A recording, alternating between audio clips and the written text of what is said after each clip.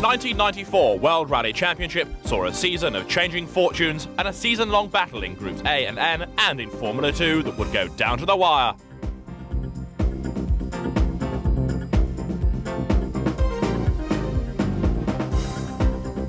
The opening round of the championship was the Monte Carlo Rally, which would see François Delacour trying to avenge his previous defeats of 1991 and 1993, and the battle of 1994 commenced as Juha Kankkunen blasted into view.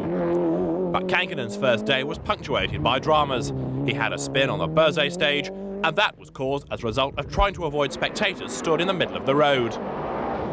Carlos Sainz was having his first outing in the Subaru Impreza 555. His day started slowly as he came to grips with his new mount, the car bouncing around a lot, and the ride height was raised as a result. That corrected the problems, and the Spaniard moved up to second place. Frenchman Didier Auriol snatched the lead of the rally, having set fast times all morning, but he was helped by problems hitting others early in the day. And the Frenchman's lead was short-lived. By 4 stages into the rally, there was no stopping him. Ford's hopes were high, the Escort Cosworth well suited to the fast stages. Mickey Biasion was quick, but not quick enough, as his Escort slipped to the bottom half of the top 6, the Italian describing life as hard but nice. But the main talk of the opening day was of Armin Schwarz, who had grabbed the lead on the very first stage and was soon ahead of the opposition by some 30 seconds. But then on the WRC stage, the third test of the rally, he was caught out by snow thrown onto the road by the spectators. That rendered his notes made by the ice crew absolutely useless and dangerous as well. He plunged off the road and dropped to 66th position. François Delacour, meanwhile, was moving up the order. He admitted to making mistakes on the opening day, but soon found himself in the lead of the rally. Colin McRae again showed his tremendous pace in the second of the ProDrive prepared Subaru Imprezas, but like Armin Schwarz, he was caught out by the snow hurled onto the WRC stage. The spectators were then reluctant to help him back onto the road. Colin lost nearly 30 minutes and fell to 164th of 166 cars. Bruno Thierry was driving an Escort Cosworth and a 4-wheel drive car as well for the first time, and he was soon well inside the top 10 on the opening day. But Juha Kankkunen and Nicky Grist's Toyota certainly was now showing the signs of damage. All that as a result of the spin on the WRC stage, and there were a number of very angry drivers, all angry about the spectators' behaviour, hurling snow onto the stages and making them needlessly dangerous. In particular, Armin Schwarz was a very cross man. I think it was still fantastic until one corner, and there was some snow on the road, which we had in the notes. So the ice note was perfect written, but there was no snow written, so we went over a bank and we lost 20 minutes there. But there would be worse luck for Didier Auriol as he crashed out of the rally on the opening day. No points for the Frenchman from Monte Carlo. The second leg of the rally ran around Grenoble, and it saw Delacour run first on the road. And while he had to worry about road conditions, the team were also concerned that the gastroenteritis that co-driver Daniel Gratelou was suffering from was infectious. Thankfully, that wasn't the case, and Delacour's lead steadily increased over Juha Kankkunen. He'd moved up to second place despite being some 15 seconds slower than Delacour on the opening stage of the day. Slipping to third was a blow for Carlos Sainz, but he felt that a smooth rally learning about the car would be more beneficial than making constant changes to try to improve the Impreza. After his disappointment in the Lancia last year, this was the Sainz of old.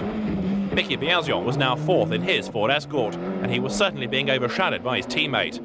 The Italian, former world champion, was having a steady drive, but blamed a lack of power for his unspectacular progress. Bruno Thierry, meanwhile, was now fifth and getting to grips very quickly with his RAS-prepared Ford Escort. Kenneth Eriksson was a disappointed sixth, having made a wrong choice of tyre on the opening day, and then on day 2, both Mitsubishi Lancers had belts break in the rear suspension on the very first test. Jean Ragnotti, in his Renault Clio Williams, was having a battle royal with his teammate Alain Orai in Formula 2, the 2-litre 2-wheel drive category. Orai soon moving into the lead by 13 seconds. But with the car so evenly matched, this promised to be a battle that would go all the way to the finish, the Renaults being 7th and 8th respectively. Ninth now was Armin Schwarz after his horrendous first day, but still he was troubled by suspension breakages and a snapped rear drive shaft, meaning that the German had to tackle stage 8 with only 2-wheel drive.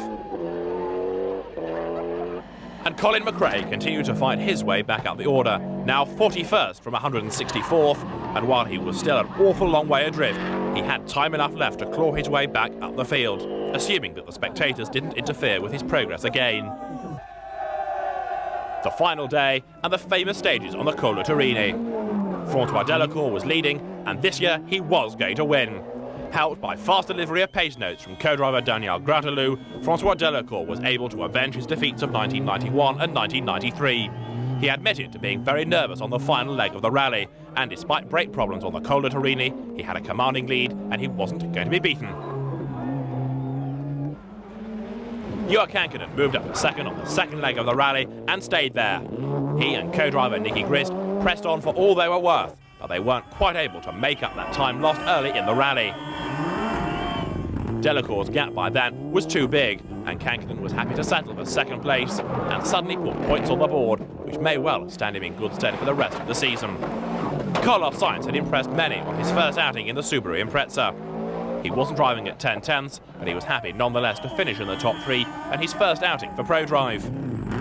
An exclusive Subaru and Pirelli tyre deal should help them for the rest of the season, and the whole team were optimistic. Mickey Biazion settled into fourth early on in the rally and never improved. He wasn't helped by a lack of power, and he wasn't helped either by being overshadowed so convincingly by his teammate. The frustrated Italian was fourth at the finish. Bruno Thierry should by rights have finished in fifth, but then came disaster on the last stage of the rally when he was beaten by just 1 second by this man, Kenneth Eriksson. He'd pushed hard all rally, and although the car lacked the pace of the other factory efforts, Eriksson had driven splendidly to move up just on the last stage of the rally.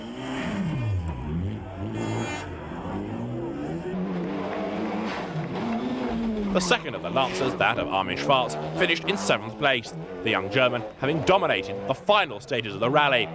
He'd been fastest on the 4 final tests of the event and reminded people, if they needed reminding at all, of his obvious pace. All he needs now is a little luck to go with him. Group N went the way of Pierre-Manuel Jeannot, co-driven by the pseudonym Slow, with their Ford Escort RS Cosworth.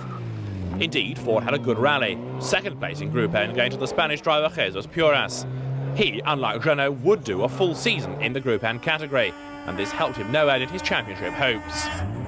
Group N would be well supported on some rallies and poorly supported on others. But Puras was on target for a very successful season. There was also proof here in Monte Carlo that a Lancia Delta can be driven quickly in the right hands. Good to see welcome variety. Colin McRae would eventually finish in 10th place, having battled his way up from 164th on the opening day. Surely some sort of a record. With McRae winning in New Zealand last year, he's keen to make more wins in the World Rally Championship in 1994. Another big cheer was reserved for the Monegasque driver Frank Phillips with his Ford Escort Cosworth, who had a conservative run to a good finish. Jean Ragnotti won Formula 2, the only surviving Renault Clio Williams by the finish, despite Ragnotti's car running on 3 cylinders for much of the final day. A winner here in 1981 in a Renault 5 Turbo, Ragnotti was as ever tremendously popular with the spectators, but a number of teams had had a lot of damage to repair during the course of the 1994 Monte Carlo Rally. And so victory went to Francois Delacour and his co-driver Daniel Gratelou, a richly deserved victory having come so close twice in the past. Their Ford Escort Cosworth won from Johan Kankkunen in second and Carlos Sainz, new to Subaru, in third. Mickey Biazion took fourth for Ford, while Kenneth Eriksson was the leading Mitsubishi driver in fifth. And inspired Bruno Thierry took sixth ahead of Armin Schwarz, with Jeannot, Puras and Colin McRae rounding out the top 10 at the end of the first round of the championship. Having won in Monte Carlo, Francois Delacour went to Portugal on a high. He was leading the championship and he was now regarded as the fastest driver on asphalt. That would help him on the opening stages as we go on board in the Escort with Delacour and Gratelou.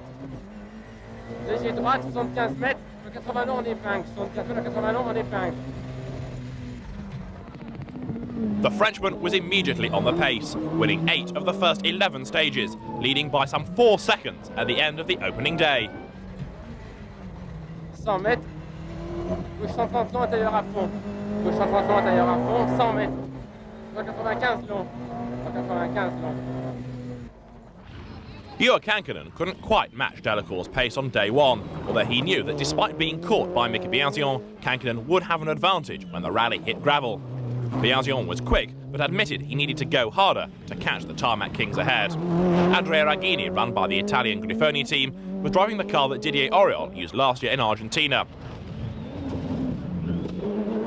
And Auriol himself was rapid and inspired on the opening stages, spectacular for the fans to look at. Carlos Sainz had a trying morning. He spun 200 metres before the end of a stage and had to reverse over the line at great speed, frightening spectators and marshals as he did so. Bruno Thierry was still learning about the Ford Escort, but felt a bit happier here on the dry tarmac. And Colin McRae was regularly trading stage times with his teammate Carlos Sainz. At service on the opening day, Francois Delacour had a good lead. He'd been virtually uncatchable in the morning, and he was in relaxed mood as the Ford team set to work on the Escort. The opposition would come from Kankkunen, but for now the Frenchman looked like making it 2 in a row.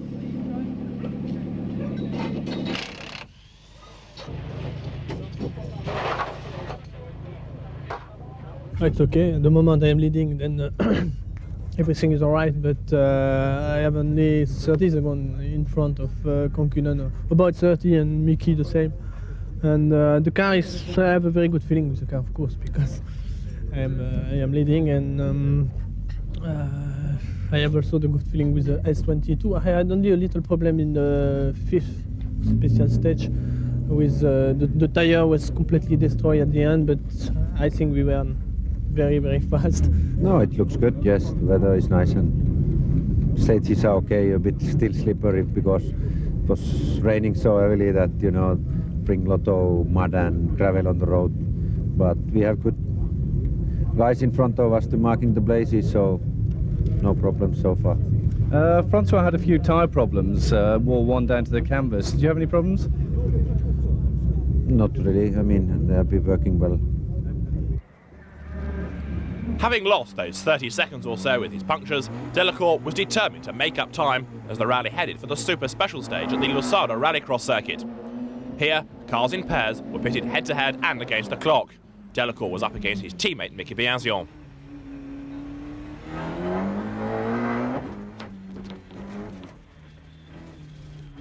This stage was designed more for the spectators than any sort of competitive mileage for the drivers, but sadly it was to be Delacour's undoing. Both he and Biasion were very spectacular as they flung the Escort around the tight and twisty circuit, although Delacour knew he had to go for it to try and open up his lead. And then it all went horribly quiet inside the Escort. The 2-litre turbo car had dropped a valve and Delacour's rally was over.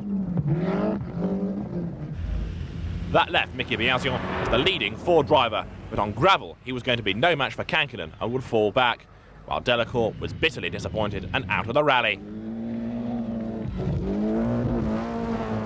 Biasion went as hard as he could. He was very worried about the way that Kankkunen was flying. With Ford's hopes resting on Biasion's shoulders, he never backed off for a minute, but the recognised gravel rally maestro Kankkunen was soon through and into the lead.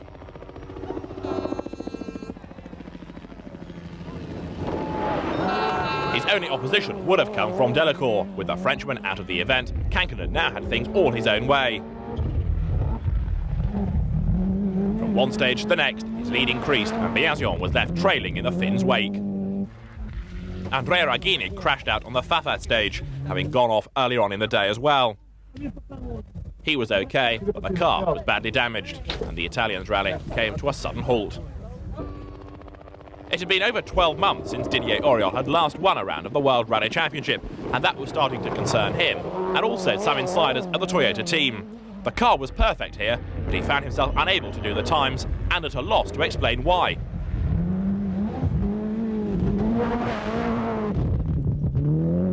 Meanwhile, Carlos Sainz was continuing his learning process about his new for 94 mount, the Subaru Impreza. As he became more familiar with the car, he got quicker, but he was still a little concerned about the gap between the Subaru and the Toyota. There was still more to come from the Impreza, he reckoned. Bruno Thierry crashed out on day 2, damaging the radiator too severely to continue on what had been his first gravel rally with the RAS Escort, while Colin McRae was as fast and spectacular as ever, co-driven by fellow Scot Derek Ringer.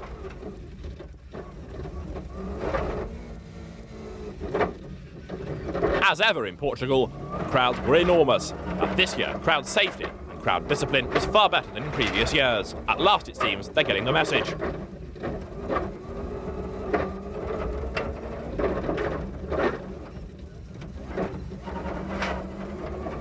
Behind the four-wheel drive supercars came the Formula 2 battle. Portuguese driver José Carlos Macedo took an early lead on asphalt, but then he had to change the suspension settings. He lost the Formula 2 lead to this man, Tommy Mäkinen. He then suffered gearbox problems, and then with an overheating engine, he had no time to service the car. He carried on until the engine eventually blew. That gave Macedo the lead back in Formula 2, and the Nissan team had shown their pace but not reliability. Also in the Formula 2 battle was Gregoire de Mavius, although the Belgian ex-Nissan driver admitted to still feeling his way in with the new car. He retired from third place in the Formula 2 battle on the third day with transmission failure.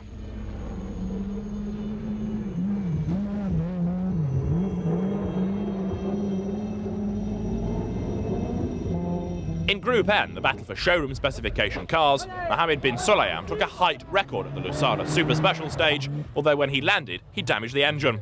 That led to retirement a few stages later. Fernando Perez, the local driver with his Group A Escort, was up to a fine 5th overall. And Colin McRae continued to impress. The Impreza was being driven on the limit all the time, until on special stage 25 he would go out of the rally. Midway through the tight and sinuous stage, the car had an electrical fire, and that was the end of McRae's hopes. With the flames already coming out from under the bonnet, McRae, undaunted, carried on, until eventually there was no return.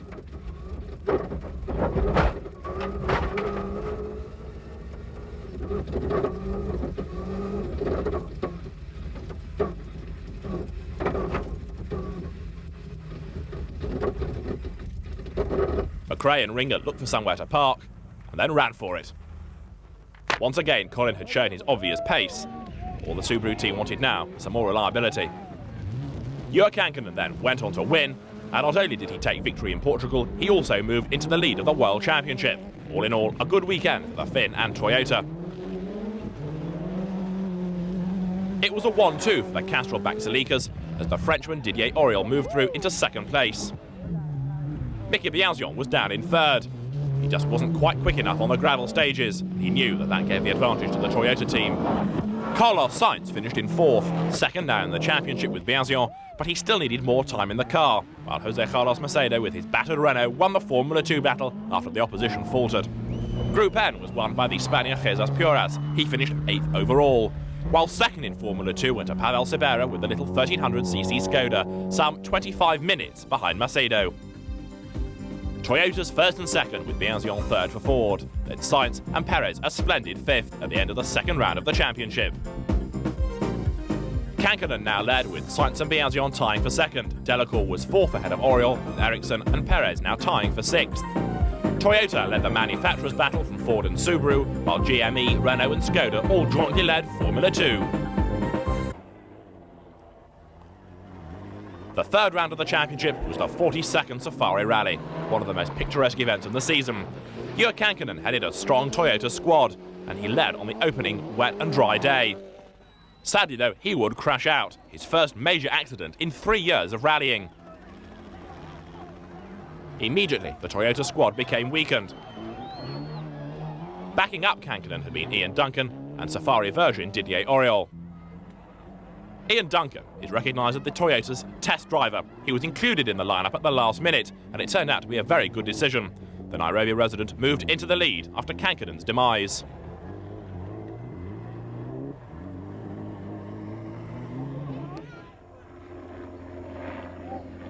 With his local knowledge being put to good use, Duncan immediately opened up his advantage over the rest of the field. It looked as though Toyota would score a victory here after all. Kenjiro Shinazuka excels on these long, tough events with the sole Mitsubishi Lancer Evolution. He had no problems on the opening day, but he just couldn't quite live with the pace of the Toyotas.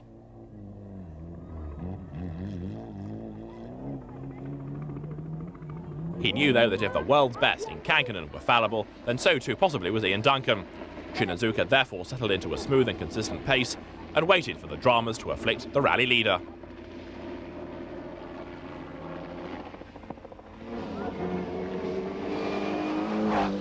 Also representing Japanese manufacturers, Richard Burns was here for Subaru, competing on his first Safari Rally.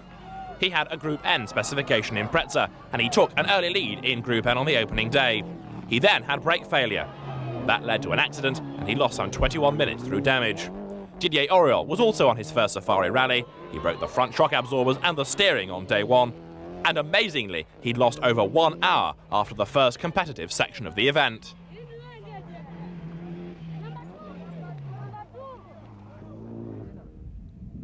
Up front though, Duncan was still leading, despite having lost time early on day 2 with a broken drive shaft. He then hit an Impala. That damaged the bodywork, but nothing mechanical.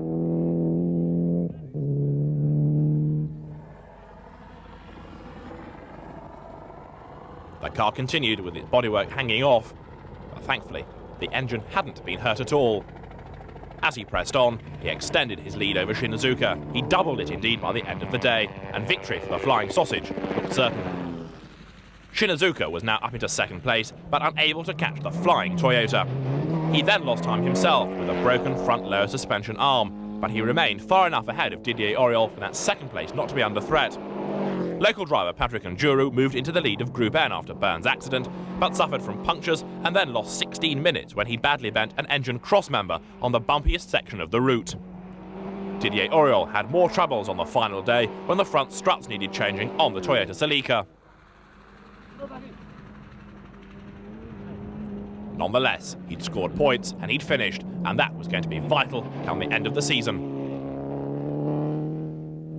As ever, the locals were out in force and showing great interest in their local rally, which sadly won't be around at the championship in 1995.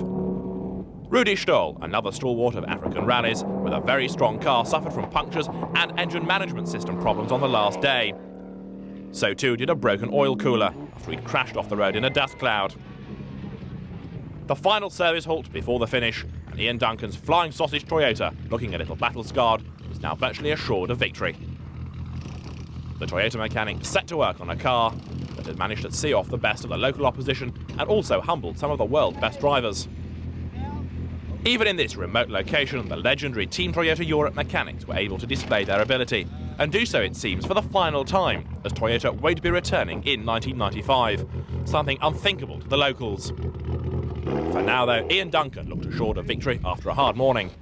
On not this section 1 before, we hit an Impala, but it jumped out of our bushes. There's nothing to do, but it didn't damage anything at all. So, just a wing, and so that was quite lucky at least. Unlike last year, then you haven't actually lost a great deal of time. No, nothing at all. We didn't lose any time because of it. And you're still in front of the Mitsubishi by how long? Do you know? I'm not so sure. I don't know about this section, but on the other one, I think we had another 1 minute on him, but I'm not 100%. Have the road surface and the road conditions been very similar to the recce, or are they in fact drier? Okay, it's really dry at the moment, but then it's a little bit rougher than it was because it has rained in the middle of it. So. Are you going as fast as you can, or is there some more left if necessary? There should be some more left. I mean, the last thing we want to do is damage anything or get a puncture, so we just go as quick and safely as possible. So hopefully we'll see you tomorrow afternoon, the first local driver to win in 12 years. Well, I hope so. One man who certainly was pressing on was Didier Auriol. He wanted that second place away from Shinazuka, although as the rally neared its completion, that looked untenable. This has certainly been a different sort of event for the Frenchman compared to the rest of the World Rally Championship calendar. He could console himself if he needed to with the fact that his experienced teammate Johan Kankkunen had failed to complete even the first day, while here was Auriol on a rally he hardly knows, being able to battle his way through to a fine third place at the finish.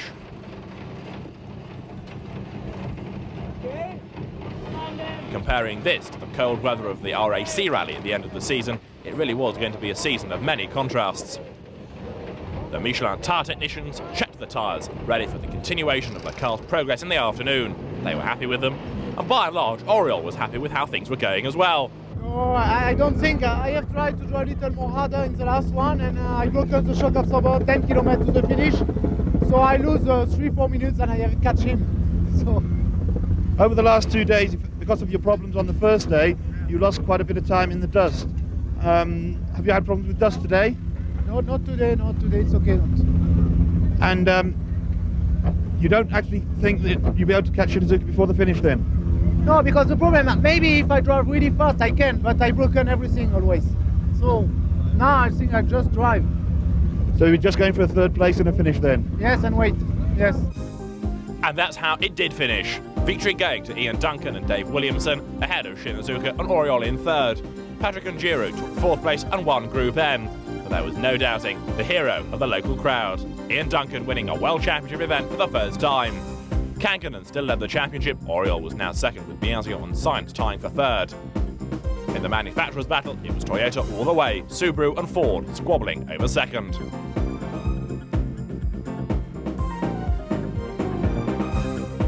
The 38th Tour of Corsica was run in the shadow of the death of the Formula One world champion Ayrton Senna.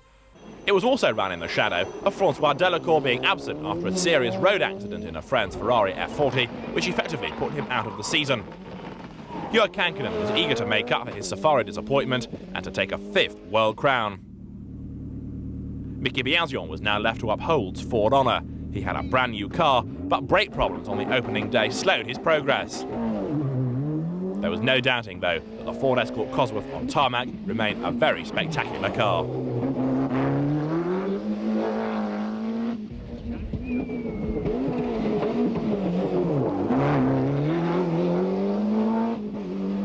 The leading Subaru driver was Carlos Sainz. He still needed more time in the car, but he was also now concerned that he needed more speed. He was, however, the only opposition to Didier Auriol on the opening day, Sainz hurling the Impreza around in his inimitable fashion. Auriol is the master of Corsica. He'd had no win for 12 months, but it looked as though that was now all going to change. He took the lead early on the first day and never lost it.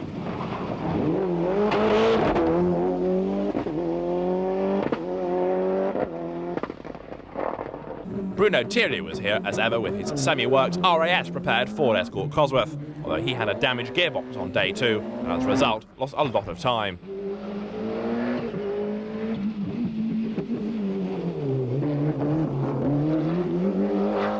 And as for Colin McRae, well, as ever, he was fast, on the limit, and hardly any caution at all being demonstrated.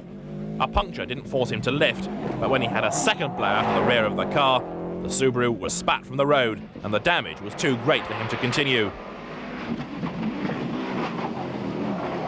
No sooner had he had to retire from the event, but doubts were being raised about his continuing place in the team.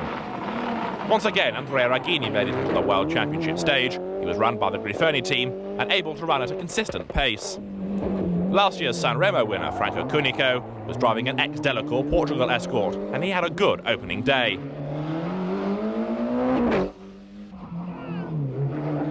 Especially after the problems for Thierry, it was expected that Cunico would rise up the order. No surprises in Formula 2, a Renault Clio Williams was leading, and Jean Ragnotti was the driver.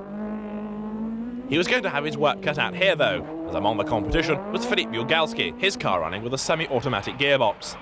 But this, a sad sight of the day. Colin McRae with a battered car on 3 wheels, limping out of the rally.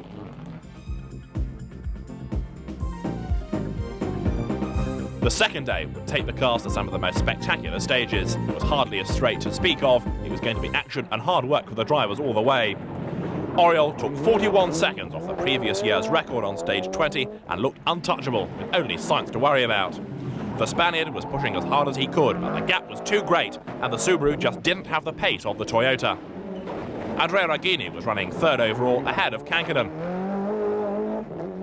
The Finn was in 4th place, but after Franco Cunico had crashed out, he had hit a wall. The Ford Escort was very badly damaged and out of the rally, and there were immediately concerns over the spectators' safety. Thankfully, all involved were okay, but as it took Cunico out of the rally, it left Biagio to uphold Ford's fortunes. On the third day, Auriol had clutch problems. He discovered that the clutch itself had lots of oil on it. With no time to change it, the mechanics had to clean the oil off it, but that was enough to keep him in the rally and keep him in the lead. A contrast from the Safari rally to Corsica, but once again the Team Toyota Europe mechanics were equal to the job. With hardly any loss of time, they were able to get the Toyota Celica back into a competitive frame and send Auriol back onto the rally. The Frenchman, though, seemed to be feeling the strain. For the Subaru team, Carlos Sainz was happy to be in second place, but disappointed that he just couldn't catch the Frenchman. He would set off onto the final day stages, eager to try and close that gap, and fully aware that with Oriol having those clutch problems, the Toyota may conceivably retire. Ford were extremely disappointed with the demise of Franco Cunico, especially as once again Mickey Biasion didn't seem to have anything to offer the opposition. The former double world champion had been quick, but hardly on the pace of the regular rally frontrunners all season long.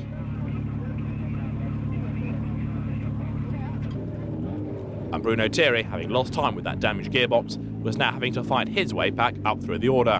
The Belgian driver was impressing many, though, in this his first full season in the World Rally Championship, and his first year with a four-wheel drive turbo car, while Jean Ragnotti was the comfortable and confident Formula 2 leader.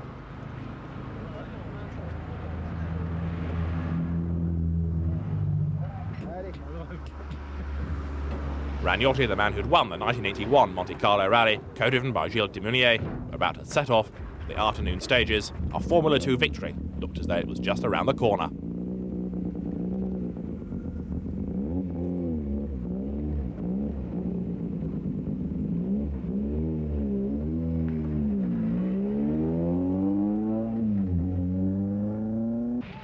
Despite those clutch problems for Didier Auriol, he was able to hang on to that lead and score his first victory on the championship for over 12 months. It did his confidence a lot of good, and it also moved him into the lead of the championship. Having come so close in 1992, people were now wondering whether Auriol could possibly steal the 1994 championship.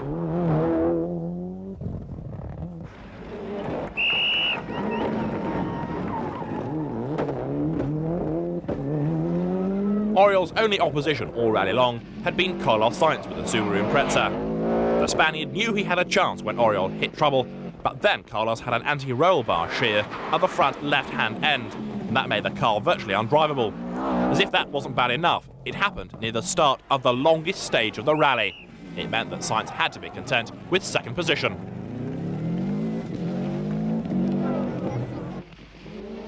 In a safe and very impressive third place was Andrea Raghini with his Grifoni-run Toyota Celica. It had been a very impressive performance by him, running at a smooth, rapid and consistent pace all through the rally, and he was not only humbling teammate Jörg Kankkunen, but also being able to stay ahead of all the works escorts.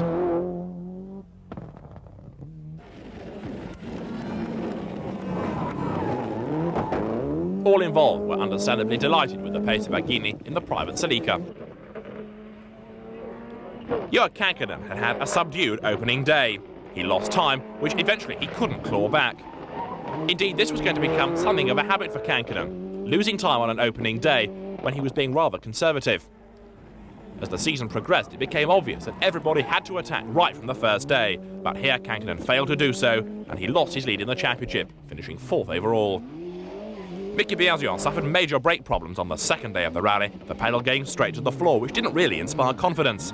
Ford were amazed that they should have been fighting for a victory, but in truth they were looking at only fifth place.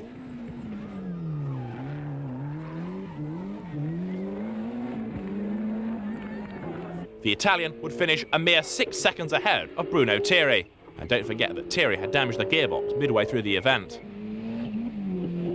The Belgian driver had continued to impress people. Biasion, with a slightly healthier car, was fifth. Thierry was sixth, but Ford were understandably disappointed. Who knows what may have happened had Delacour been able to compete.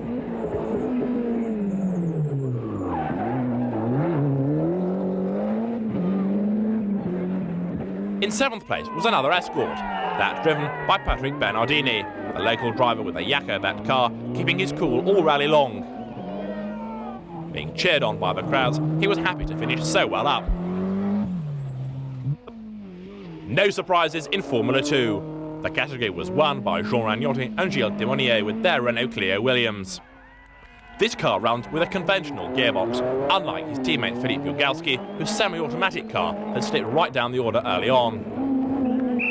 There was slight concern on the final day when Ragnotti's Clio developed a slight fuel leak. He was able to hang on though and score victory in Formula 2. He won from another Renault driver, Serge Jourdain, who finished 9th overall, Jourdain another to run with a conventional gearbox.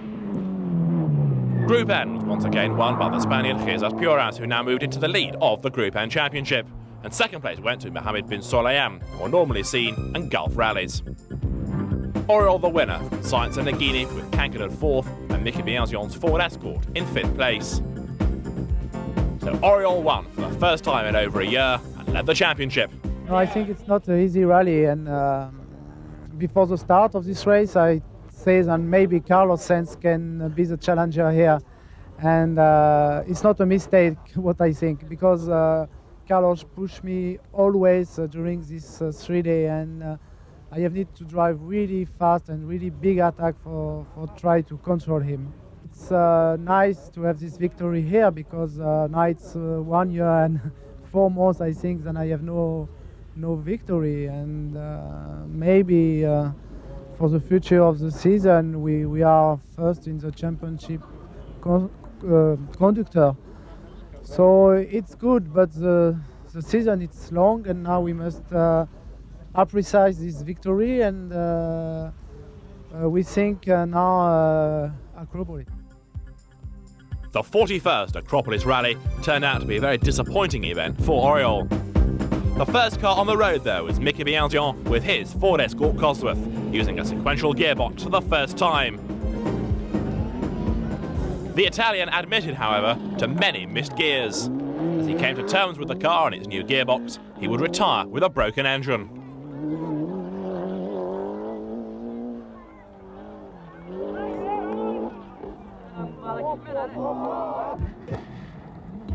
Didier Oriol, the championship leader, was immediately quick on day one, but on the second day of the event, he smashed the car's sump on a rock and he was out, losing the championship lead as he did so.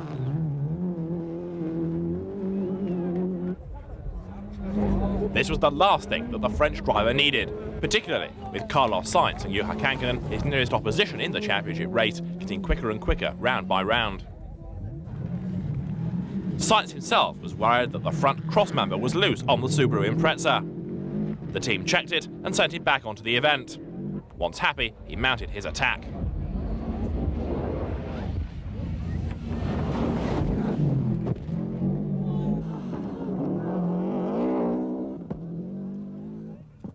Back to the championship came the Mitsubishi Lancer Evolutions, this car driven by Kenneth Eriksson.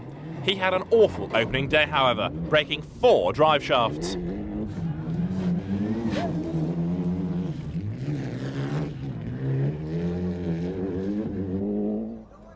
New to the championship for '94 was Malcolm Wilson, the British ace, fitting in a number of World Championship outings around a successful British campaign. He had a spin and then failed wipers at a water splash during the course of the day, and it all left his Escort looking a little tarnished.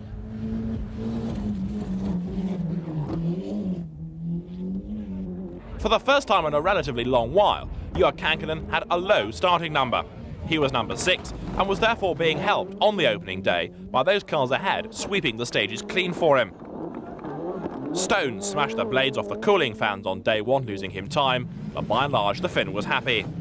Colin McRae was incredibly quick and held the lead by 43 seconds at the end of day 1.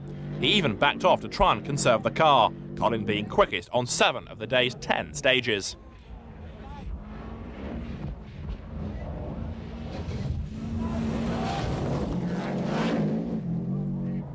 The second of the Mitsubishis was driven by the young German driver Armin Schwarz, keen to remind all concerned how well he had gone in Monte Carlo, but the rear suspension units collapsed and he struggled to stay in the top 10 on the opening day of the event.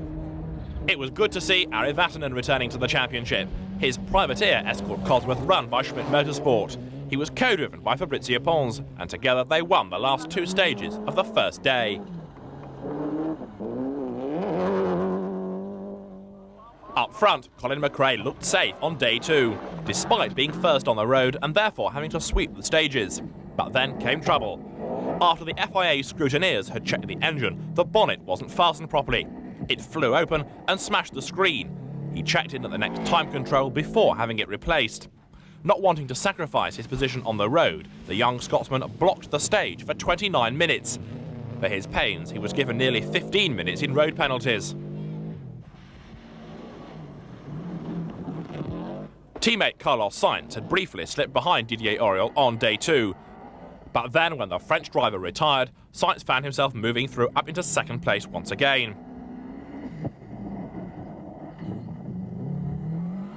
It was going to be a bittersweet event for Subaru, with Colin McRae's problems, but Sainz working his way up through the order. They were fairly confident of at least one of the cars winning. Sainz was also putting a dismal 1993 behind him.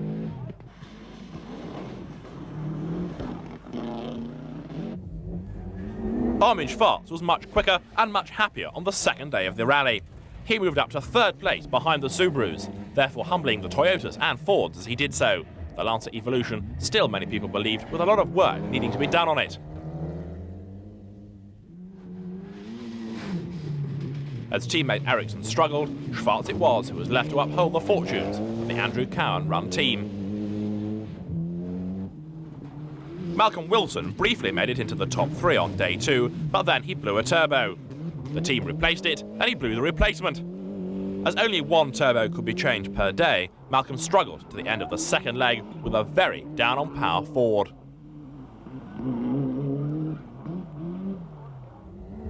Juha Kankkunen was also struggling on what is regarded as the most bumpy rally of the championship. He broke the Toyota's rear suspension on the second day, and in so doing, fell to 7th place.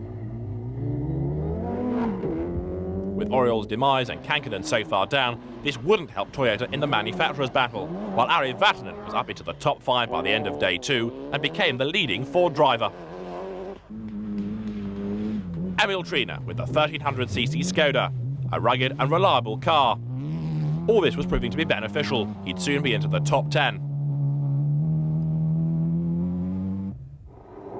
And this, the Ford Escort Cosworth of Carlos Menem, the son of the Argentinian president. He was one of the leading protagonists in the Group N showroom category battle. But there was drama at the end of the second leg when Colin McRae, having blocked the stage earlier on, was disqualified for a fundamental anti-sporting act. At a stroke, the Subaru attack was halved. The final day saw Carlos Sainz move into the lead after the demise of teammate McRae, and the Spaniard would be able to hang on to that lead and win the Acropolis Rally, his first victory in a Subaru. It also helped him in the championship, while through into an excellent second place came a cautious Armin Schwarz. He'd proved that the Mitsubishi Lancer did have the pace to live with the Subarus, and with development work continuing apace, the car now looked like being a far better proposition than once it was.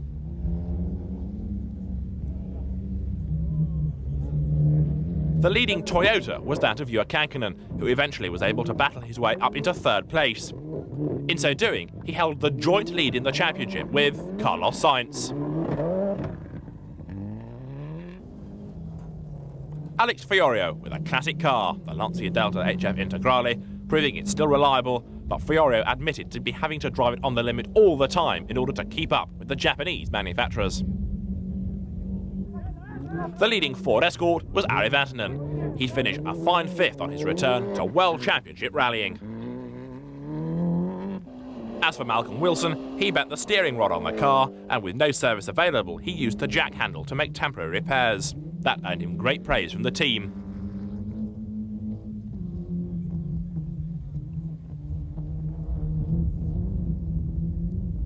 In contrast to the super-quick Ford Escort Cosworth, the rugged and reliable 1300cc Skoda battled its way into 9th place in the hands of Emil Trina. What the car lacked in speed, it made up for in reliability, and here that was very apparent. Carlos Menem battled his way home with his Group N Escort Cosworth to win the division. And the burgeoning FIA 2-litre Cup, the Formula 2 section of the event, was won by Nissan, the car driven by the pseudonymed Straticino. But the main talking point of Greece was that Carlos Sainz had won in a Subaru for the first time, being chased home by Armin Schwarz for Mitsubishi and Kankkunen for Toyota. Fiorio took 4th ahead of Ari Vatanen, with their British driver Malcolm Wilson 6th ahead of young Japanese Yoshio Fujimoto. The Skodas of Trina and Sibera were 9th and 10th, Group N going the way of Carlos Menem. Sainz and Kankkunen jointly led the championship, 10 points ahead of Didier Auriol, with Biagio Delacour and Duncan completing the top 6. The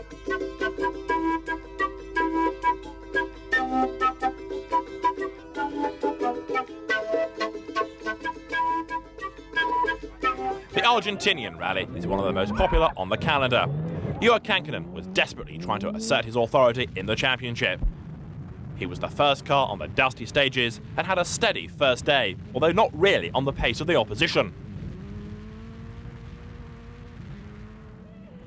Carlos Sainz was here for the first time in a Subaru, the combination now more and more competitive, round by round.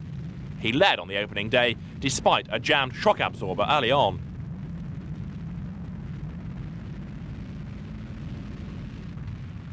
Mika Biasion with the Ford Escort Cosworth had a poor opening day. He wasn't helped by bad brake balance on the Escort. Didier Auriol lost time after he hit a stone and he put the steering to toe out. Despite the rather wayward handling of the car, he was able to hang on in the top 6.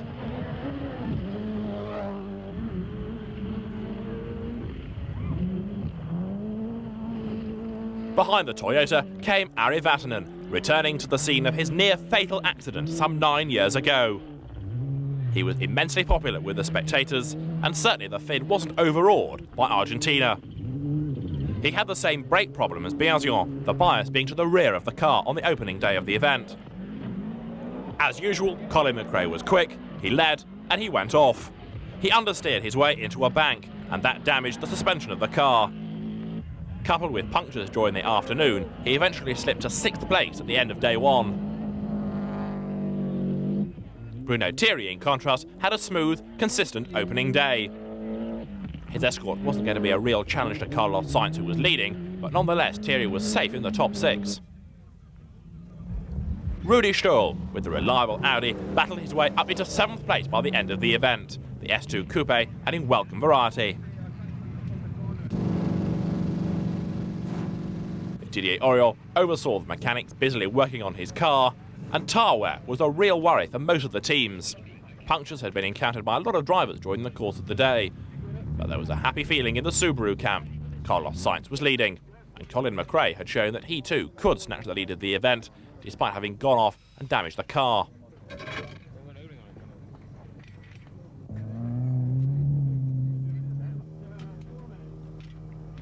The Subaru of Sainz then continued to lead, as the Spaniard, co-driven by fellow countryman Luis Moya, prepared himself for the afternoon stages. So too did Fabrizio Pons, co-driver to Ari Vatanen. While very worryingly for the Subaru team, this was becoming an increasingly common sight. Colin McRae with a damaged car, retiring from a rally. It was hard to believe that it was 12 months ago that he had won in such commanding fashion in New Zealand. Up front, Carlos Sainz continued to lead, but he lost 20 seconds to Didier Auriol when he found that the Pirelli Mousse inserts in the tyres affected the balance of the wheels, and the subsequent vibration played havoc with the power steering pump. Auriol again had suspension problems, but he was on the limit all through the stages. He suffered further drama though. Bernardo Celli here, waving his arms around, was having to direct his man by hand signals when the intercom failed, and effectively Auriol had to drive the stages blind without the benefit of any pace notes. Despite this, the crew pressed on, using all of the road in their efforts to close on Sainz.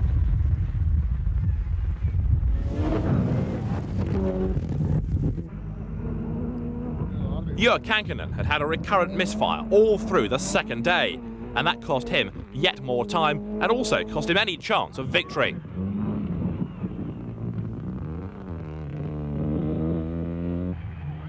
It looked as though the championship was now turning sour for Kankkunen and co-driver Nicky Grist.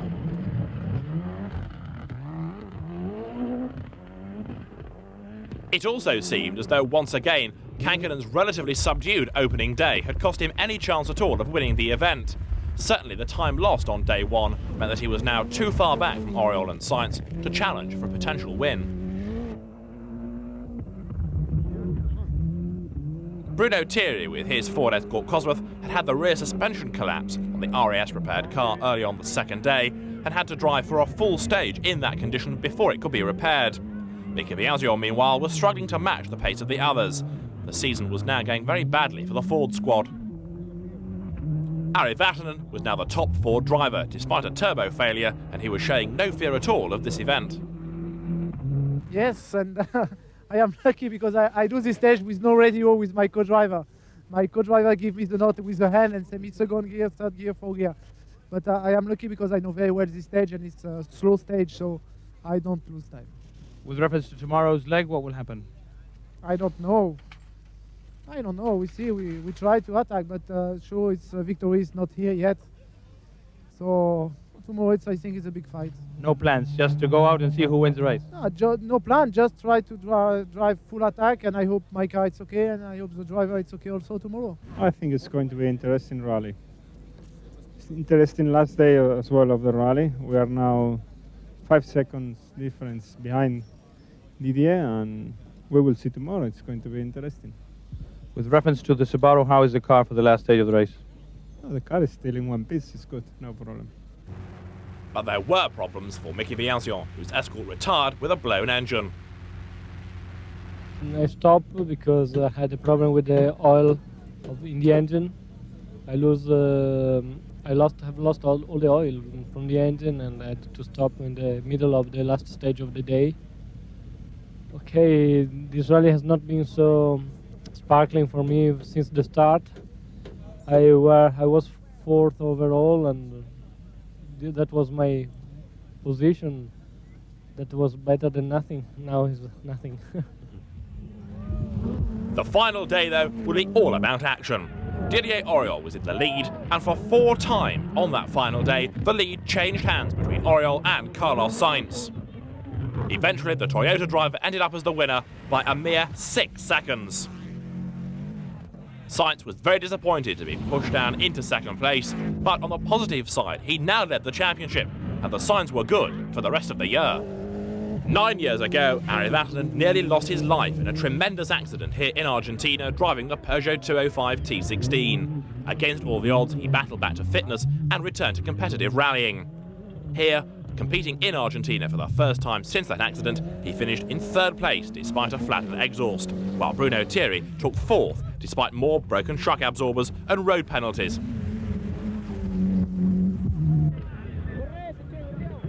As his Escort battled its way to the finish, there was a further sting in the tail. Kankkunen was out. The car had an electrical failure, and that left Didier Auriol as the only Toyota driver to reach the finish in Cordoba. No, it's not about that. He's here.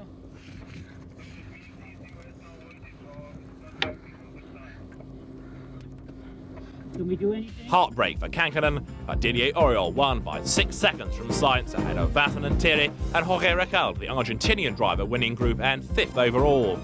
Sainz from Auriol, with Kankkunen a further 10 points back in 3rd.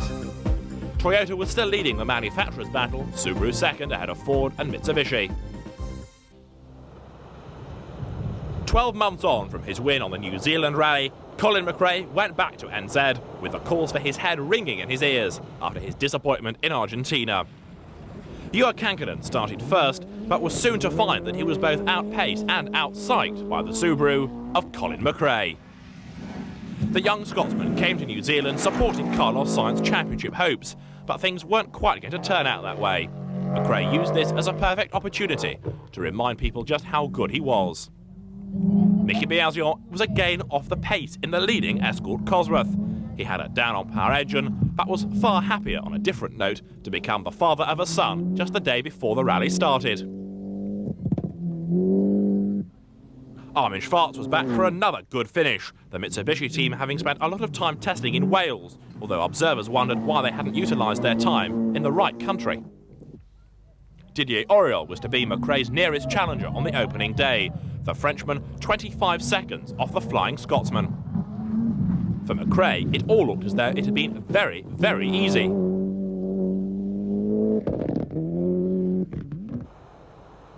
He arrived at the service area in beautiful scenery, the Subaru definitely the car to beat. The New Zealand Rally is one of the driver's favourites on the calendar. It's run by enthusiastic and very friendly officials, as Derek Ringer was finding out. Good, no problems, fairly steady. We had problems in the last stage with just too much gravel on the road. The cars behind were getting a bit faster, but that's part of the thing in this rally and some of the stages, so no problem. Overall, the conditions a bit slippery with the rain, perhaps? It's actually slightly better for us if the roads are wet, because it tends to keep the gravel down. If it's real dry roads, the gravel comes up to the surface and makes it even slippier than it is when it's wet. So the plan of attack from here on in, what's the go for Colin McRae? Sit fairly steady and just try and obviously not lose too much and see what happens. You were quickest on that first special stage. A good omen for you, perhaps, being back at NZ and defending your title? I hope so. Jörg Kankkunen had lost a lot of time when he had a 180-degree spin with a Toyota. That in itself shouldn't have cost him all that much ground, but the major problem came when he couldn't actually find the room to flick the car round in the right direction again. Carlos Sainz, though, was in even bigger trouble. The Subaru's engine blew on special stage 5, and the Spaniard was out of the rally. A forlorn Sainz watched as the Subaru retired. Bieke Biasion was still struggling, his engine down on power. But Armin Schwarz was now involved in a splendid battle for third place with Ari Vatanen. At the moment, the Mitsubishi driver held the upper hand. Didier Auriol had gone off in his Toyota. He lost 2 minutes and fell to third place. In his efforts to fight his way back up through the field, he went off again, and this time he fell to 5th. He could console himself, however, with the knowledge that championship rival Sainz was out. And Ari Vatanen continued to battle with Armin Schwarz for that third place. Young English driver Richard Burns was in one of the only 2 surviving Subarus, although he was unable to match the pace of McRae here in New Zealand for the first time. The early Group N leader had been Jesus Puras, although he would retire, his Escort a long way off the road. And so too would soon be Burns' Subaru. He ran wide, hit a ditch, which flicked the car across the road, and eventually it plunged out of sight. Burns was out of the rally in disappointing fashion. The back wheel just got out of the ruts where the grip is onto the loose stuff. It's about 5th gear coming down the hill here. It dropped into a ditch on the right, flicked it over to the left, and hit a rock fairly well, hard enough to break all the rear suspension and throw us into the ditch here. In effect, Colin McRae won the 1994 New Zealand Rally midway through. The opposition just couldn't catch him. In fact, the only real opposition to Colin McRae was Colin McRae. He had to keep his head and keep his cool. He did so, and he won here in New Zealand for the 2nd year running. It was an important breakthrough for the Scot, and it also quelled any doubts people may have had about him remaining as a Subaru Works driver.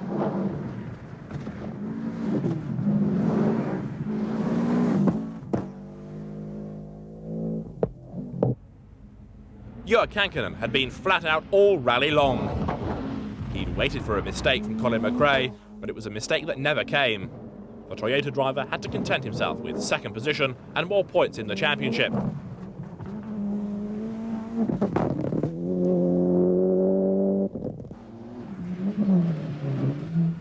Armin Schwarz eventually won his battle with Ari Vatanen to take 3rd place. He'd had the pace to do it, but he had been held by Vatanen crashing out. The Mitsubishi team were a little disappointed not to be even higher than 3rd, and people were still surprised that they'd gone testing in Wales and not New Zealand. Ari Vatanen was trying his hardest on the final day to snatch that 3rd place from Schwarz, and then it all went wrong.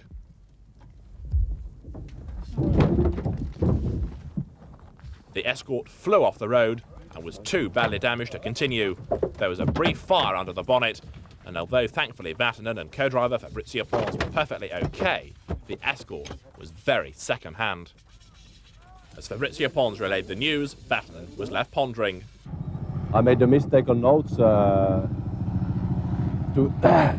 changed the note from last year just to keep on the right-hand side of the corner and to go straight on, but in fact I should have kept it that you have to actually turn right over. So I came straight into this hump. So it was my mistake making notes to make it too straight. In fact, there is just clearly a right-hand corner, which took me completely in the wrong place, and I went a straight line.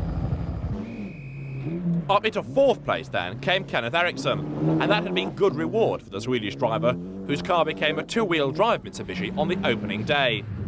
Eriksson was able to head past the stricken Escort and know that the crew were perfectly okay.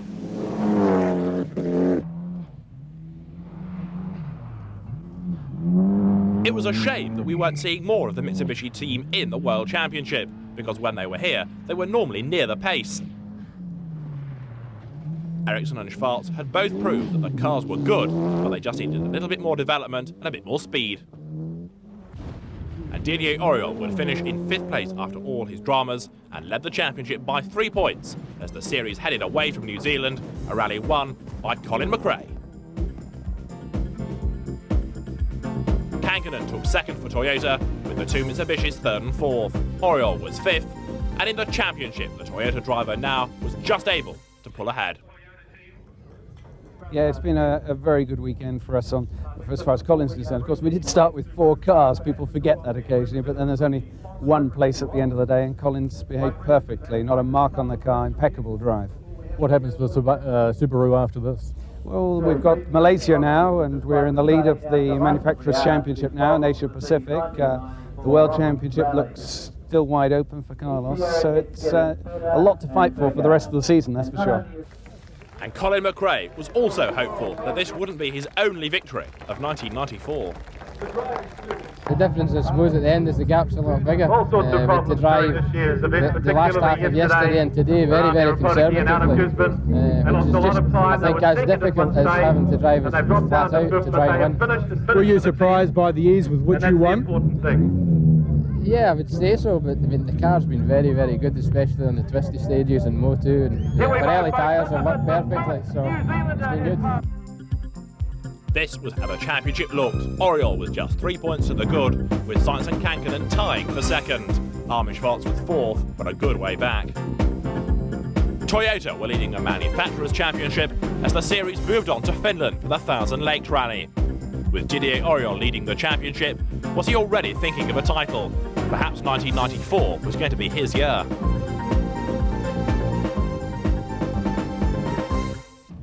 No, absolutely no.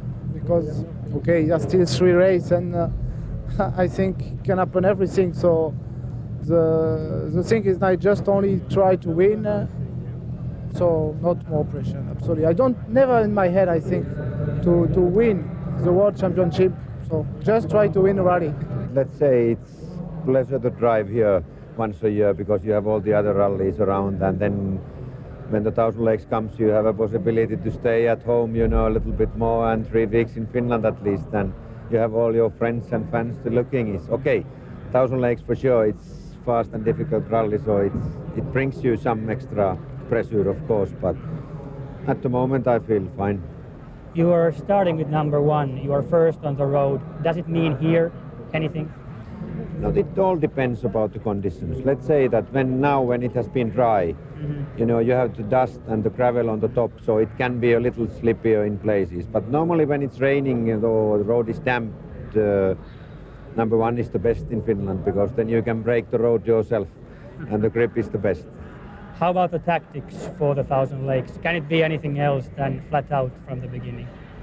Not in this one, no, because this one is so fast straight from the beginning that you have to really start with maximum straight from the first stage. You have no time to think about or wait anything.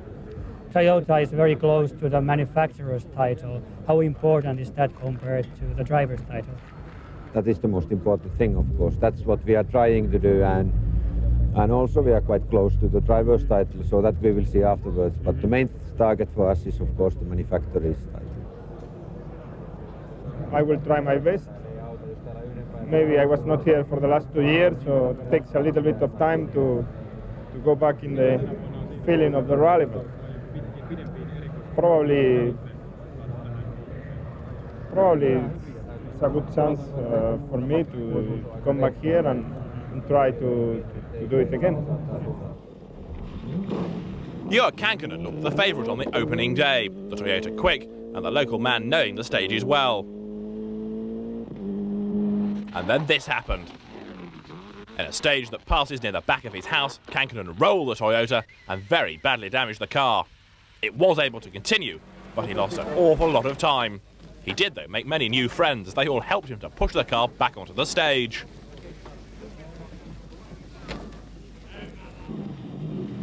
Into the lead then came Carlos Sainz, eager to make up for his New Zealand disappointment when he went out early on the opening day.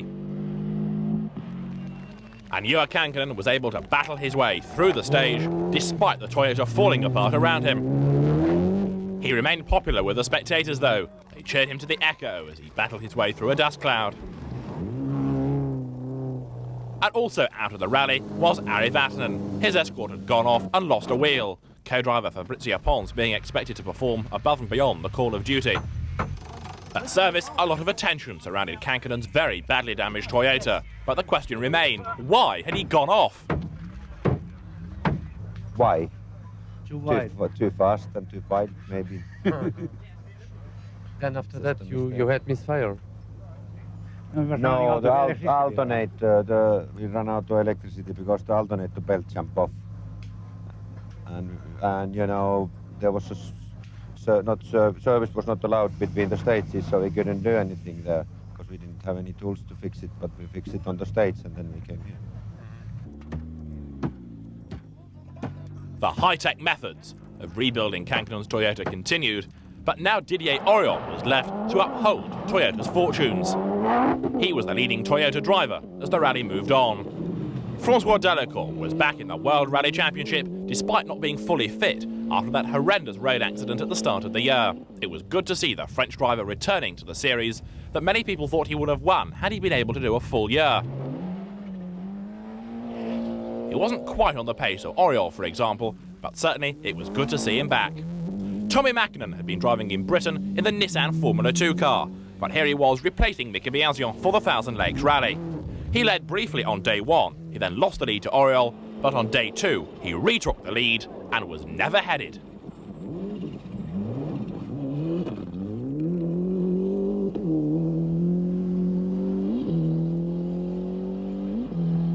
Also Ford-mounted, as ever, was Bruno Thierry. He was quick, but like Ari Vatanen, would retire after an accident. The escort looking extremely second-hand. It was Thierry's only major mistake of the season, and it cost him a chance of a good finish here in Finland.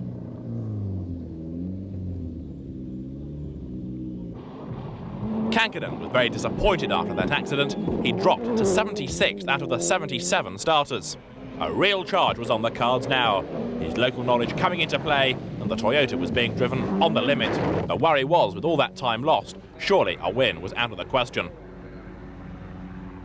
At the front of the field, Tommi Mäkinen was dominating the Thousand Lakes Rally. Driving a four-wheel drive Escort Cosworth for the first time obviously proved to be no handicap. The young Finn easily able to switch himself from Formula 2 Nissans to four-wheel drive Group A Escorts. Didier Auriol was charging in pursuit. He was driving flat out and obviously had nothing in reserve. And seemingly he had nothing to offer Mäkinen by way of a challenge. The Toyota driver would have to settle for second, it seemed. Marcus Groneholm was going well. He was up to 5th place until he went off. From this angle, it didn't look too bad. Spectators were able to help him back on the road, and Gronholm would continue to an eventual 5th place, despite trailing tape. But viewed from another angle, and crowd safety once again reared its head. In replay, you can see how close the crowd came to disaster. Thankfully, they were all unhurt, so too was Gronholm. Tommi Mäkinen then would win the Thousand Lakes Rally in dominant fashion. A real contrast, the four-wheel drive car compared to the front-wheel drive Nissan, but it was no handicap to the Finn. He hung on and took victory from this man, Didier Auriol, who despite this brief off was able to hang on to that second place, and with it, kept his lead in the championship. With 2 rounds to go after Finland, it looked as though the '94 crown would be Auriol's.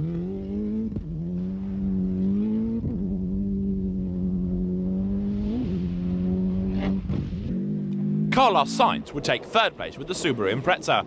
He'd been quick, but not all that spectacular here. 3rd place was enough to keep him in the hunt in the championship, although he was alarmed that Auriol was pulling a little further away.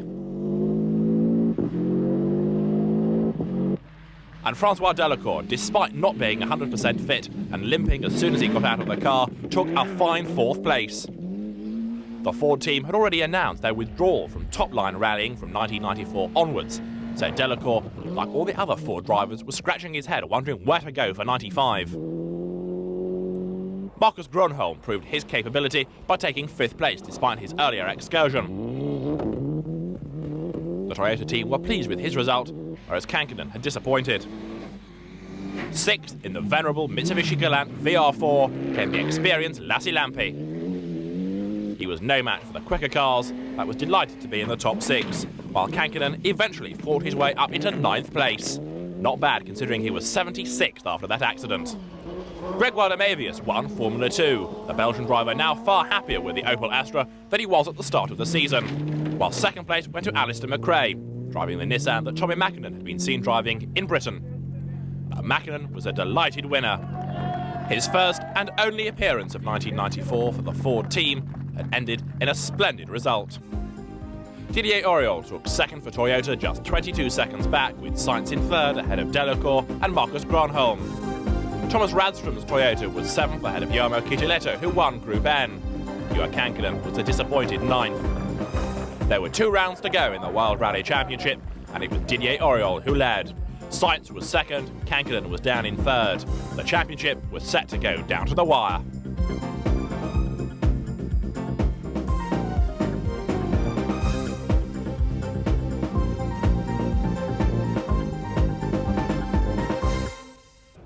A new car for Juha Kankkunen in San Remo, the high-wing Toyota that he'd driven very successfully in Australia. No, it's more difficult for sure here, but let's say it was very promising result from the new car there, and we did a lot of kilometers testing there, and I have been testing the car the whole summer, and it has improved a lot, so since that, so interesting to see how it's going here. And what's the main difference between the new car and the old one? Everything. There is not much the same. Let's say it's easier to answer what is the same. The same is the driver and the seats. And the driver remained as quick as ever. Francois Delacour was back, and he too was expected to go well here on what is predominantly a tarmac event. He was the first man on the road and expected to do exceptionally quick times. He was far fitter than he had been for the Thousand Lakes Rally, so people were expecting to see the real Delacour once again. Tommy Mäkinen had his 2nd new car in 2 rallies. This time he was driving for Mitsubishi. He would retire though early. Special Stage 5 saw suspension breakage, the exit of Mäkinen. Juha Kankkunen with the new Toyota suffered from poor handling on the opening day, but nonetheless this was all going to be good development for Toyota's 1995 Challenger. It was the rather subdued Colin McRae that came to San Remo, but at least he was keeping out of trouble and being smooth. He wasn't going to be a threat for honours, but he was going to be right up there and fighting. Miki Bianzion was eager to do well here on his own home ground, and indeed on the opening day had put up a far better performance than at any time during the rest of the season. Maybe he was being inspired by 2 more very rapid escorts, the first of them driven by Franco Cunico. Having crashed out in Corsica, he was eager to score a 2nd victory in succession here in San Remo. His car was run by the Jolly Club. Armin Schwarz had a real fight with a very confident Tommy Mäkinen as his teammate here in the Mitsubishis. With Mäkinen's early demise, it was left to Schwarz to uphold the Japanese manufacturer's honour. Didier Auriol, with his battered Toyota, had a day punctuated by a brief off, but nonetheless he held 2nd place behind early rally leader Carlos Sainz.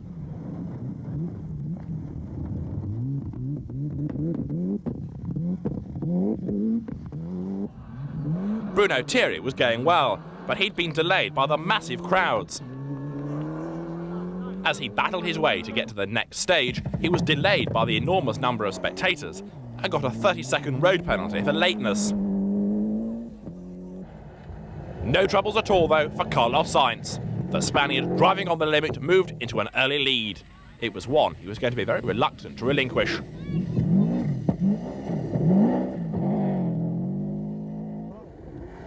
The 2nd of the Jolly Club escorts was driven by Malcolm Wilson, who by now was the British Rally champion. He was equal 3rd with Bianzion on the opening day.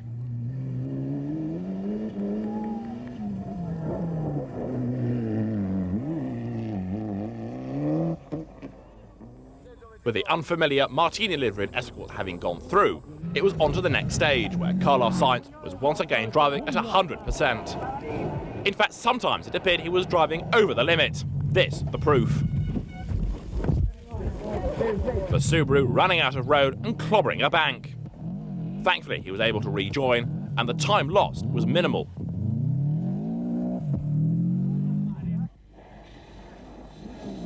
The battered Subaru continued. Although Carlos Sainz wouldn't be quickest on this stage, he maintained his lead. Malcolm Wilson, a tremendous showing, as on last year's RAC rally, he was up to third.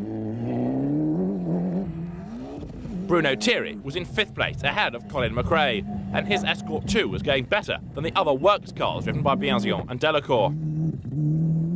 Biasion was tumbling down the order, and Delacour would retire on special stage 11 with engine failure.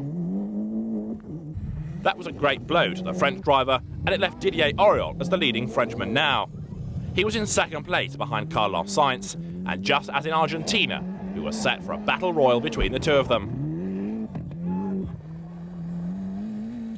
While he was running, Delacour was spectacular, but on the 11th stage of the event, the engine finally gave up the ghost and he retired.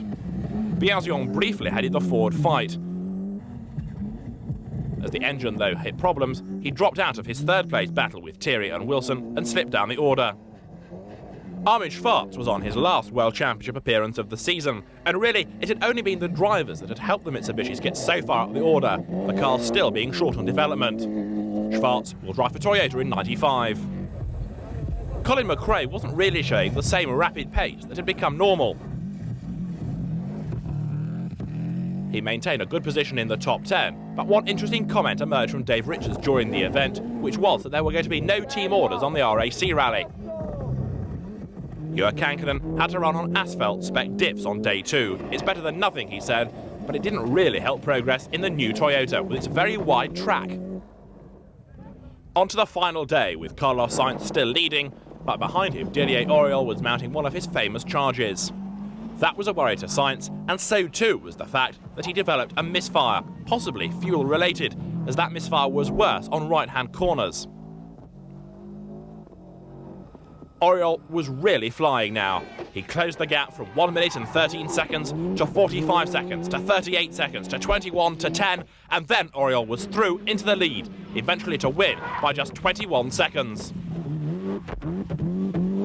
If Sainz was disappointed, Auriol was elated. He would go to the RAC rally with an 11-point advantage in the championship. Mickey Biasion eventually fought his way back up the order and finished in a fine 3rd place.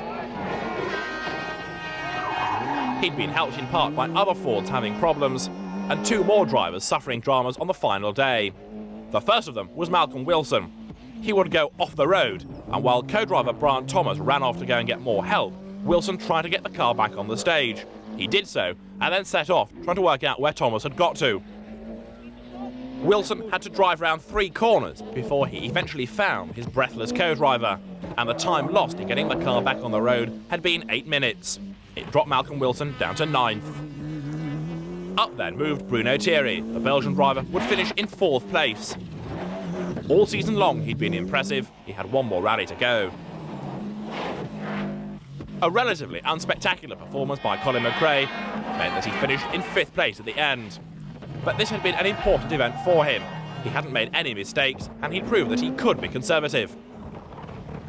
Juha Kankkunen used the rally as a good test session for the Celica. He finished in 7th place overall.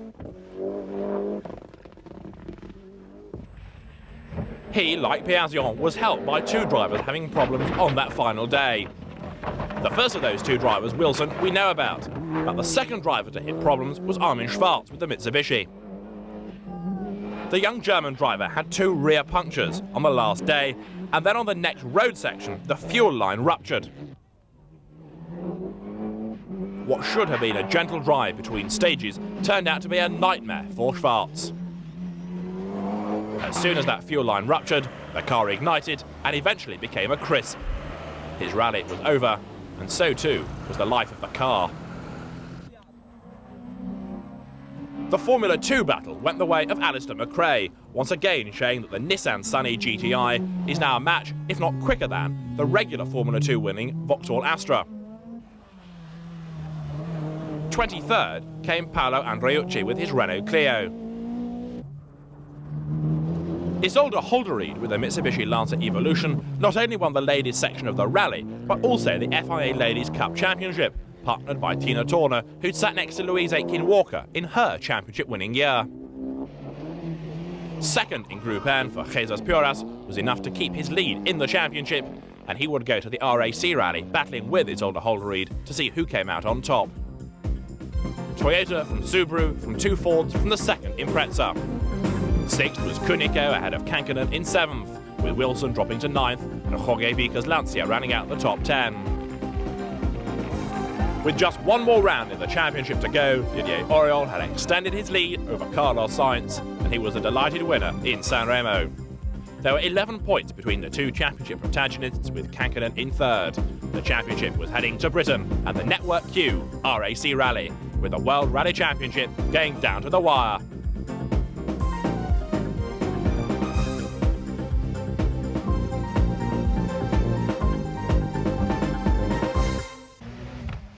The Battle of Britain started in slippery and wet conditions on the Sunday. Kankkunen was the first man on the road. He wasn't going to be able to win the championship, but what he could do was support Didier Auriol. Carlos Sainz had trouble at Chatsworth when he went into a water splash with enough force to damage the radiator by pushing bodywork onto it. The radiator needed replacing later on, but Auriol was in trouble right from the word go. He clipped a rock here near the water splash and damaged the suspension and the front wheels. He limped out of the Chatsworth stage and he dropped down into 80th place. Clipping the rock, launching himself wide and then dropping into the water splash did a lot of damage to the Celica. It looked as though Auriol's championship chances were over. He limped through the stage, knowing full well that Sainz was escaping up front. But the next 3 days would prove to be very exciting. On special stage 3 of the 29, Colin McRae took the fastest time and moved into the lead of the event. It was a lead he wasn't to lose. Francois Delacour, in contrast, was quickest at Harewood when he cut the course, something for which he was disqualified at the end of leg 1. The British champion Malcolm Wilson was competing again, this time in his regular British Championship car. At Clumber Park, he would find himself with a lot of debris in the radiator and in the cooling ducts. To find out why, we go on board with Wilson and co-driver Brian Thomas. 300. Keep at it, good man. At over 100 miles an hour, that slide left Wilson looking a little bit shaken. But not half as shaken as Will Hoy, former British touring car champion, out on only his second ever rally, co-driven by Mike Corner in a Group N Toyota. That hurt. In replay, the car hit some bumps and launched itself off the stage, heading towards the trees. And the tree won. They were out on just stage 4. On the second day of the rally, Auriol started badly. He rolled the car and damaged it, and then leaving this water splash, the car ground to a halt. It took Auriol a lot of time to get the car restarted, and he did so eventually, only with the help of some of the thousands of marshals on the RAC. Up front, Colin McRae was leading and pulling away. It was becoming a little bit like New Zealand. McRae was McRae's only opposition, and although he was going fast, he wasn't going flat out. He didn't need to. Service for Auriol, very important, because not only was the car damaged, but a turbo would also blow on the second day. Bruno Thierry had a full worked Borum escort for the first time this season. It was his first rally on mainland Britain, having only briefly competed on the Isle of Man in the past, but he was immediately on the pace. Stig Blomqvist, the Swedish champion, was also being seen on a World Championship outing for the first time, and reminding people why he was World Champion in 1983. Ari Vatanen remains popular with the British spectators, and he too was going well, on an event that he'd won 10 years before. Juha Kankkunen was now in second place and involved in a battle royal with Carlos Sainz. Kankkunen and Grist were on the limit as they tried to keep the Toyota ahead of the Subaru, until this happened.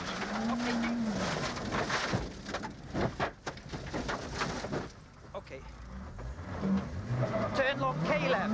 Opens the fast left over crest. 70. flat right of the crest, 50. Fast left.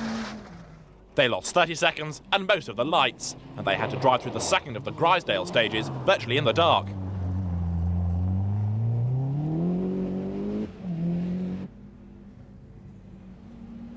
Carlos Sainz, though, was in second place and well clear of Didier Auriol, although Auriol was now moving back up through the leaderboard. The question of team orders came into play. Would Colin McRae be asked to pull over and allow Sainz to win the rally, thereby making sure of the world title? Spectators decided to help. They placed logs on one stage in front of Sainz, who went off in avoidance. A stage later, he lost control, he lost concentration, he lost the championship. No, la cagamos, dale.